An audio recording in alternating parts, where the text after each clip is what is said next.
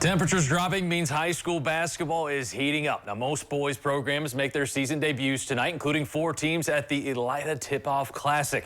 Bath against Shawnee, followed by LCC against Elida. Our Dylan Tyson caught up with Bath and Shawnee as they got ready for tip-off.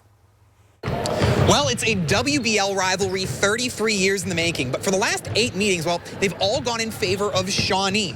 Bath now, however, has a prime opportunity to change the course of their history with first-year head coach Dre White. And Coach, you're a 2010 Bath Wildcat grad. You know what it means. And after, 3 years at USV, you tallied up 51 wins. Now, tonight, as you make your homecoming debut, what do you want to do to change the culture of this program, a program that hasn't had a winning season since 2013? Yeah, it's definitely exciting to be back home. It's exciting to, start this journey in this building at this tournament, one of the most special opening tournaments, I think, in this area. And, yeah, had a great time at Upper Sauter Valley, and just excited, all the things I learned and the mentality and, what it takes to, bring that winning tradition to a program, hopefully back home.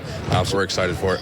Now, despite the 2-21 finish last year, 4 of those starters returned, and there's some talent in that group. What have you seen from them that really stands out when it comes to defining what this team's identity will be this year? Yeah, I think the identity is they're hungry to change the perception of Bath basketball. And, I think those guys, we'll rely on them to lead us a bunch. They do have a lot of varsity games under their belt, and I think they understand what this moment means, to Lima area basketball and the rival game that you mentioned and this opening tip-off. So, what better opportunity against a really good basketball team tonight.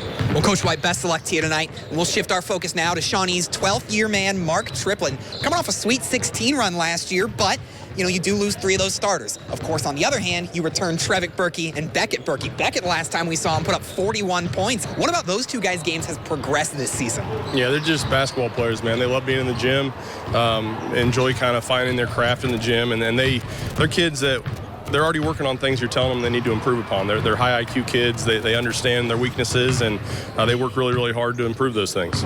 No doubt expectations are higher this year, coming off a breakout year. You got a new face in the program. So how do you manage those expectations in the locker room, and what's the mission for Game 1 tonight? We just got to focus on us. I think as soon as you start looking ahead to big picture and what March is going to look like, then you lose sight of what you're trying to accomplish now. So we're trying every day to get the kids to get 1% better. And I think that's the same message tonight. We're going to go against a team, like Coach said, they're hungry. They're hungry to change perception, and we understand that. So, and that's a nightly challenge in WBL basketball and in our area is if you're not ready to compete, bad things happen for you. And our kids, I think, are excited to go compete tonight. Well, Coach Triplett, thank you so much for your time. That is all the time we have, but for full coverage of Hoops Friday night, be sure to tune in tonight at 11 in Elida. Dylan Tyson, your News Now Sports.